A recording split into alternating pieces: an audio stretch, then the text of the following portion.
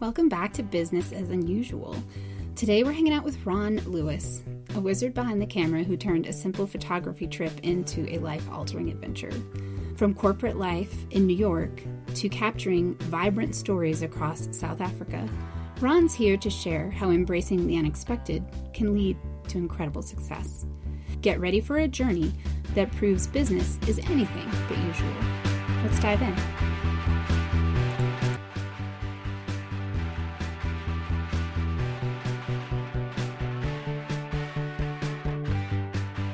Business as Unusual is a thought-provoking podcast that explores the innovative strategies, disruptive ideas, and unconventional practices driving successful leaders and companies in the ever-evolving world of modern business.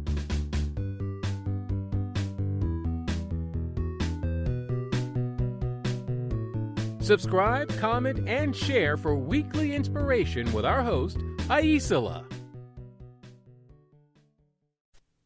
Welcome to the show, Ron. Will you tell folks a little bit about what your business is? Sure. I am a photographer here in New York City, published photographer. I've been fortunate and lucky. I say lucky, and sometimes my friends get upset when they say, "Oh, it's not luck, it's skill," but it is luck and skill. I think they work together. To have photo in National Geographic, one in the New Yorker, Interior Design Magazine, and a couple of other periodicals. And I'm a photographer here based in New York City, and I'm building and creating a photographer's community, as in my online presence, either through my Instagram and through my YouTube channel. So my role as a photographer has evolved to now I'm online every morning, same time every day, being broadcasting around the globe. Nice. People in the audience from India, from the West Indies, from South Africa, from across the country, and which is a community I built to, kind of like people that love creatives, people that love photography, and people that want to learn how to be a creative and want to be a photographer. So, and this community has kind of like built this place of unity and where people come to hang out. And I interview photographers each week to share their wisdom on our Wisdom Wednesdays. On Mondays, I do Motivation Mondays and motivate folks to their careers and creativity. And Tuesdays, I do Tip Tuesdays, which is a tip on photography. And then Thursdays, we get hardcore with my co-host, Chris Edwards. We do for 2 days usually, but for that Thursday is all about politics and trending news. And then on Fridays, we celebrate Instagram accounts and YouTube accounts that bless, inspire, and encourage. And so that has been really cool too. And so that's what I do. I guess folks say you're a podcaster. So I guess my role has, I'm not only a photographer, but I do podcasts, and then I speak once in a while. I just spoke at a high school a couple of months ago in Mount Vernon, New York, and just sharing on their career day. I was supposed to be at another school last week, but I had a guest on my show, so I couldn't do it. And when I'm not doing my work, I am on a bike cycling around New York City. If I get a chance to, I like to go hiking. I like to go for the walks every morning. I try to put in 4-mile walks every other day. I used to do 8, but I need to get back to there. But I'm at 4 right now. Okay. And so I'm also an ambassador to the Manhattan Chamber of Commerce here in New York City, which I represent the chamber, and I represent small businesses. So nice. When I finish this, time together, I will be rushing to the city to an event this evening to shake hands and show people that I do care, and I represent the Manhattan Chamber, the small businesses here in New York City. So that's my life pretty much. And just meeting people in the neighborhood and I have all kinds of different clients here that I photograph for their businesses and their not-for-profits and for-profits. Oh, that sounds like a great life. I mean, honestly, super full and delightful. And so the question I have here, so thinking about it from the space of your photography or from your larger sort of ambassador role or both, like, what is it that sparked your desire to take this on as part of what you do for your life's work? Like, and I don't mean like, I don't know if I can quite, like, sometimes people will say, oh, you know, I had this bad experience or I saw this thing, and I'm like, yeah, but lots of people have had experiences and seen things and then not gone forward to take like an action to commit their life to something or their career. So do you know what that moment was when you were like, I'm here to take pictures, or I feel this moment of being part of community. I want to build community, either or both, whatever feels more relevant to you. That's a good question. It's a long answer, but I'll make it short. Please, no, but just tell the story. It's great. I was working for a retail company here in New York City, and I decided to go on vacation. I was in Nigeria, and one of my friends I met at an art gallery, she says, "Hey, come visit my husband and I in South Africa." And so a year had gone by, then I was able to go. And then the second year I was able to go. So I'm in Nigeria. I say, "Hey, are you guys home?" I get on the plane and they say, yeah, because they say yes. I get on the plane. I fly down from Nigeria into South Africa. And then I spend time with them. And while I'm there, I'm photographing everything. I'm running around South Africa, Cape Town, just photographing, meeting people, just talking, sharing, laughing, just doing everything I can. I was there for several days, and it was so much fun. But then a gentleman, one of my friends, said, "Hey, I've been looking at your photos. They're amazing. I love what you're doing. You're posting this and you're posting that. It's so cool." And I have always been a photographer. I started probably when I was 16 years old as a church photographer. My adopted dad said, "Hey, would you like to take pictures of the church?" And I said, "Absolutely." He was a pastor. And I said, "Sure, and he bought me a camera, and I got the camera and started photographing, and it was really good at it and really enjoyed doing it. And just kind of like, I love taking photos of people having fun and connecting with each other. And so time goes on, I kind of like put my photography on the shelf and got into work and business and going to college. I was in school at the time studying aerospace engineering, and out in what was called the Academy of Aeronautics, which is now called Vaughn College here in New York City. And then end up working on Wall Street and work at the stock exchange, and life had passed by. And before I knew it, my photography was like hit and miss. I would do it and then not do it, and do it and not do it. And then all my friends that would see my work would say, "You need to do this. You really need to really do this thing." And I was like, "Yeah, you're pretty much saying that because you know me. You're my family. You're my friends. Obviously, you're going to say you like the stuff." But long story short, was in South Africa, back to South Africa. And my buddy, he's like looking, he says, "Hey, I love your work. I love what you're posting." And he says, "You know what? I'm going to put together a tour for you to photograph Africa, the southern region." Wow. I thought he was kidding. I was like, "Yeah, right." Yeah, right. And then next thing you know, he comes back to me when I got back to the States.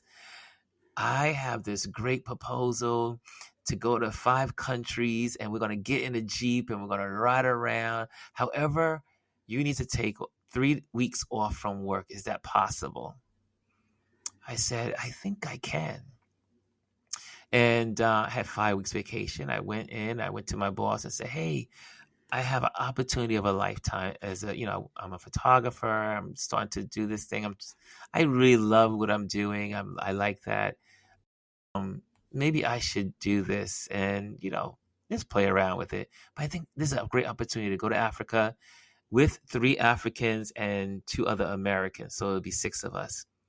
And we were going to be driving around in the Jeep and photographing and having a good time in the southern region. So we ended up going, this trip was to go to South Africa, Namibia, Botswana, Zimbabwe, and then the Middle East into Doha and to Dubai. Wow. So this was a big job, and my buddy put this whole thing together. Impressive. But my boss in the company said, no, you cannot go. You cannot take time off. And I was like, wait a minute, I got 5 weeks vacation. 5 weeks vacation, and you won't allow me to take 3. I've been working for this company 12 years. I've trained everyone. I've been with I've done everything possible for this company. Wow. And you won't allow me to take the trip of a lifetime. This doesn't happen every day. No. And I would not ask this question if it wasn't important. But they said no. So guess what? I said yes. I went and told my buddy, let's do it, book the trip. And then he says, oh, they gave it to you. I said, no. He said, what are you going to do? I said, well, in December, I'll be handing in my resignation. But until then, we are working towards that resignation. Nice. So I took the whole year, had no money, didn't know how I was going to start this thing. But how this all happens, it was 2 things happening at one time. I had just got back from South Africa the first time, and I'm sitting at my table having breakfast, and there's this minister that comes on TV talking about your gifts and using your gifts, and that the old scripture of, the master comes and one person takes the gifts, that he gives him, and he uses it. Then the other one uses it, and the third one hides it. Yeah. It's safe. He plays it safe, and then the master comes back, and he's so excited. Master, I saved it. Here it is. And then he says, I'm with you. I'm not pleased because you did not take what I gave in you and make an increase of it. And so I'm sitting at my breakfast table. I'm having breakfast, and this parable rings loud into my head. And I said, wait a minute. I go into work, and this is even before I asked them the question of this trip. This was not even they kind of like merged at the same time. And I said, I need to do more with my life. There's got to be more than me punching in and punching out. Yeah. There's got to be more. And so I'm not happy I got all of these gifts that I'm blessed with. I can photograph. I know how to travel. I know how to create things. There's so many things. I can speak. I know how to interact with people. I know how to lead, situations and people, and help people and encourage people. And there's a lot of things that I am blessed to be able to do. And I felt like I was not doing it. And I was like, I'm that third person. I'm that third servant. I am playing it safe, just going to work, make sure I get my paycheck and come back home, get my paycheck, come back home, live my little simple life. Anyway, like I said, I started these roads just kind of merged. And once I made a decision, though, to say yes to myself, that's when the windows, I like to say the windows of heaven opened up. And I said, it was so funny because as soon as I did that, I told my buddy to book the trip. I went back to the retail floor, was getting ready to work on a project. And this customer walks over to me and he says, hey, we need some help over here because we're new to New York, and we moved from this big place, and we're trying to figure out how to fit. And I worked at, an organization retail store. And I said, so I talked to them and I'm walking them around. And then I say, so where are you from? They say, he said, we just came from Botswana. I said, you won't believe this. I just booked a trip to Botswana. He goes, oh, brother, my wife, she's the ambassador. She just got a position at the United Nations. And you and your friends, if you need anything, here's my number. I went into the bathroom and cried. Yeah. I said, I am on the right track. Thank you, God, heavens, universe, whatever. I'm on the right track. This does not happen by chance. Yeah. And then the next day, it happens again. I'm doing a project. I was a visual merchandiser. I'm working on a project. And then next thing you know, this woman walks in and she says, I need help with my daughter just moved. We just moved. She's moving here and she's going to the School of Parsons here to study interior design. I said, oh, I do interior design also. I do interior design as well. And I said, so where's she going to be doing? And we talked about the school. And I said, so where are you from? She goes, we're from South Africa. Oh, my goodness. And I said, you won't believe this. Yesterday, I booked a trip for South Africa, Botswana, Zimbabwe, and Namibia. And she was like, oh my gosh, if you come down to South Africa, let me know. And we started exchanging information and everything. Long story made short is that we talked every day. We talked. She came in the store again a couple of times and we talked. But I ended up saying, I'm on my way. This is going to work out. And so what was supposed to be 3 weeks ended up being me living in Africa for 3 months. Wow. And that evolved over the year going. So when I made that decision, I didn't have a dollar. I didn't have a dollar in the bank to do it.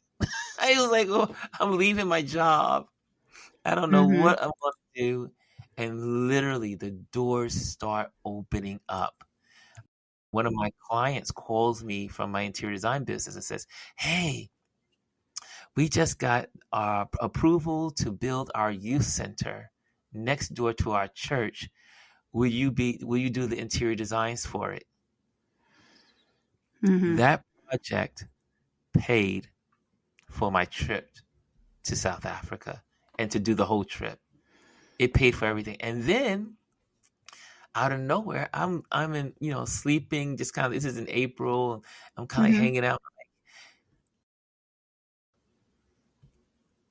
I don't have a dime to do so. I said, let me refinance my home.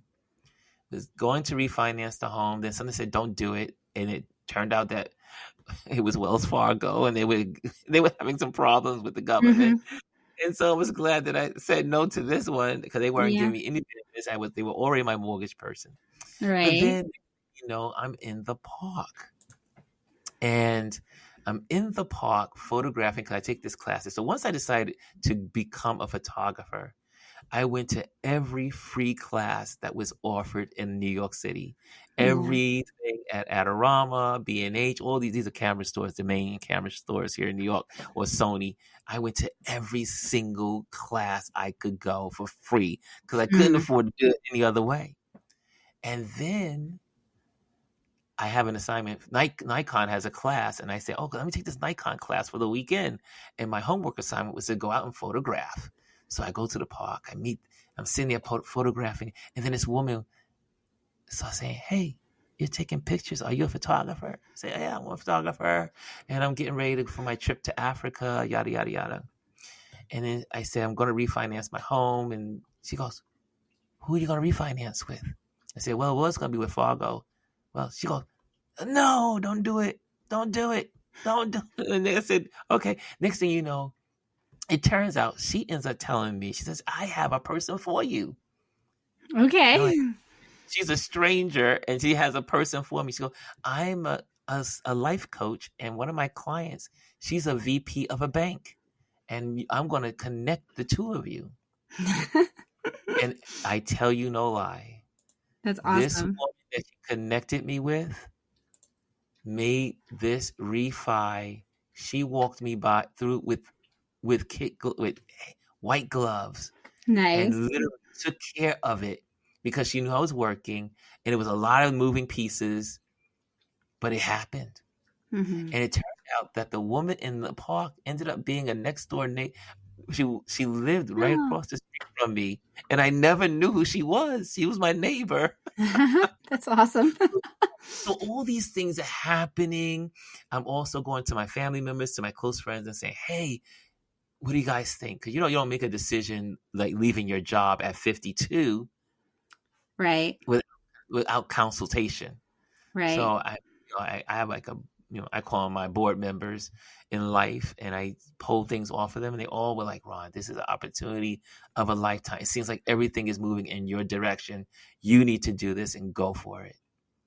Well, by the time I got to December, my 12th year anniversary, I handed in my resignation on December 4th. December 10th, I was on a plane heading to South Africa to start my life as a professional photographer. Mm-hmm. And that was the whole change, because again, it started with that little program that said, "Look, you are more than what you're doing, and it's time not to play safe. You got to get out and do it." And then now, my friend who her father used to work for National Geographic in Canada, she said to me, she says, "Ron, you have my father's eyes." No. And I was like, "What do you mean? What are you talking about? Ashley, what are you talking about?" She goes, "No, you have my father's eyes. You photograph like my father." Mm. And she said, "If you don't take this serious, I'm coming to New York to beat you up." I said, "She's my hiking buddy. We used to call ourselves the tree huggers because we loved It's a great name. it. We were the tree huggers." And so I did. And then 1.5 years after coming back home, one of my photos made it to National Geographic. And I was like, I can't believe this is what I'm supposed to be doing. Yeah. And then one door after another just happened. And then my last big magazine was the New Yorker. And that was right out of COVID, when they had the big Icelandic eruption on the peninsula. And something said, "You must go." And I just got up, called my tour guide. I had been to Iceland before. I had talked to my friends. And I said, "What are you guys doing? Are you guys safe? Is it okay?" And then he let me know when this country was open. I went. Then I'm on the trail. I'm taking my team, I created the team to go. And we get ready to go hiking, taking them hiking. And we run into someone that they knew in the airport. Oh, like, "What's going on? Hey, Heidi, how you doing?" And the next thing you know, they have a conversation. Then she sees me with my cameras and she says, "Oh my gosh, you are a real professional photographer." I say, "Yeah." She goes, "I need a photographer like yesterday." I say, "Oh, really?" She goes, and I told her, "What do you do?" She goes, "I'm a writer." I said, "Oh, well, I need a writer like yesterday." And so we have this conversation. She goes, "What are you here for?" I said, "I'm going to photograph the eruption." She goes, "I'm here to write about the eruption." I said, "Wow." She says, "Is it possible that I can use your photos in my story?" I said, "Sure, let's connect." I said, who do you write for?" She says, "The New Yorker." I go, Nice. so I always tell people, people say, you are so skillful now I am a believer that skill must meet the moment. You cannot, like, when the moment presents itself, you must be ready with your skill set. But it is part luck as well. Success is when luck and skill come together. And I would be a fool to say, "Oh, you know what? Look at that." It just so happened, even with the National Geographic, my mentor says, Ron, I think you should submit work. I was like, yeah, right. I'm not submitting Mm-hmm. anything.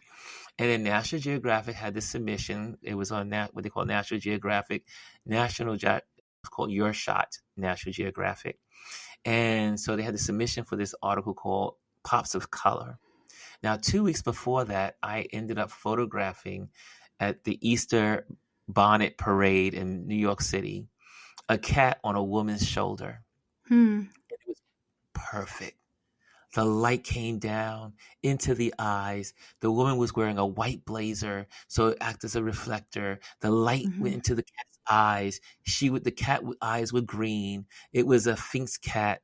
It had no hair. It had no fur. It was, and then on top of that, the eyes were green to match the sweater it was wearing. And Wow. everything came together. And I submitted that photo 2 weeks later. And out of 15,000 submissions, I was one of 30. Wow. One of 30 for the article.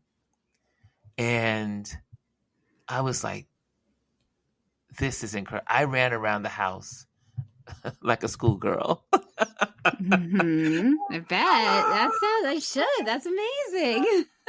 The editor from National Geographic sent me an email and saying, you're in the last of the selections, and we're just waiting to hear back from all the other look at other photos, but we'll get back to you on Friday.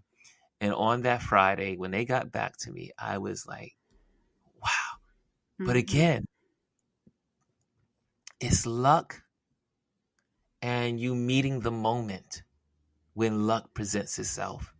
Yeah. Because if my mentor never said to me, you need to submit your work, and I didn't happen to come across this article in National Geographic that said they were looking for this photo for this article. Yeah. And I was lucky that 2 weeks before that, I took the photo. You see? So that's why I always say, we photographers, there's so many amazing photographers in the world. There's millions of great photographers. Or maybe I should say wonderful and good photographers. There's probably 1,000 or so great photographers. But in all of the success of photographers that I've seen so far in my life, in interacting with photographers and interviewing them and talking to them and it keeps us humble. At least it keeps me humble. Yeah. It is truly when the success equals, put on the chalkboard, success equals skill set plus luck. Mm-hmm. And so it keeps you humble.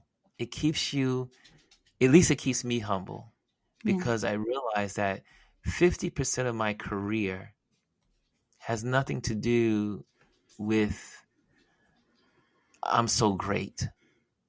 It's just I'm at the right place at the right time with the right skill set at the right moment for the opportunity that came across my path. Mm-hmm. And that just humbles you, it keeps your mindset, and you just keep waiting, and you say, well, you just keep preparing, and you build your skill set up, you keep learning, you still keep building your craft, adding more tools to your tool bag, because when the next opportunity comes, you will be ready. But so I mean, that's to go to the gist of the question, is that the transformation came from when I was at South Africa on the first trip. Never understood that I would be there for the second time, and then I would end up living there for 3 months and photographing the people, the culture. I literally for 3 months did nothing but photograph day and night for 3 months, every day. And people were like, how did you become skilled as being a photographer? Like I tell my students, I teach my students, some of the students I've had, I say, You have to just keep doing it. Mm-hmm. That's what it is about life, right? When we're on, like, for instance, I'm just starting this podcast world I'm living in now. And people are like, how did you get so, because my learning curve is pretty good. I Mm-hmm. must give myself some credit. But they're like, how do you do it? But because I do it every day, which allows me to make many mistakes along the way to keep improving every day. So if I was doing this like once a month or once a week, then the success level wouldn't be as fast. But I'm Yeah. literally online every freaking day. So Mm-hmm. every mistake happens every day, and you learn every day of the mistake you made yesterday, and you just get better every day. So I'm a believer of that's. I mean, and that's when life changed for me, and it's been such an amazing ride. Has it been perfection? Has it been glorious at all moments? No. However, it has been absolutely an amazing journey. I've met so many people like yourself, people like, Peggy, and the list goes on and on. I would have never been an ambassador to a chamber of commerce. I would have never had a photo in National Geographic, the New Yorker, or any of the other periodicals, or being able to be in exhibitions and stuff like that. It would have never happened if I would have just stayed and said, yes, you know what? You said I can't go. Okay, no problem. I'm going to go back to work. Yeah. But no, I didn't go back. I didn't just go back to work. I made a decision to now take control of my life, and it was worth the gamble. That's fantastic. Thank you so much for sharing your story with me today. You're welcome. You got me talking. It was great. I did. That's the whole point. Before we sign off, for folks that are listening and they want to learn more, follow you, get in touch, what's the best way for them to do that? The best way is to go to my link tree, and you can put in Ron Foster. I sent the link over for you. But if you go to any of my social media, it's the same, at Ron Lewis Photos. So it's just RonLouis Photos. And so it's at Ron Lewis Photos on Instagram, at Ron Lewis Photos on YouTube, at Ron Lewis Photos on Pinterest, and so on, Twitter, everything else. So you will find me in all these platforms, but the main ones is Instagram. And if you log onto Instagram, it will give you the links to everywhere I am, and also my website. So if you go to my LinkedIn, it's the same thing on LinkedIn, but if you go to my Instagram, it will link you to everything. Mm-hmm. Yeah, it's great. I love following you and the chats you guys have. So I definitely recommend tuning in. And thanks everybody for listening. I really appreciate you. Thank you. Thank you so much. This was wonderful. I really enjoyed it.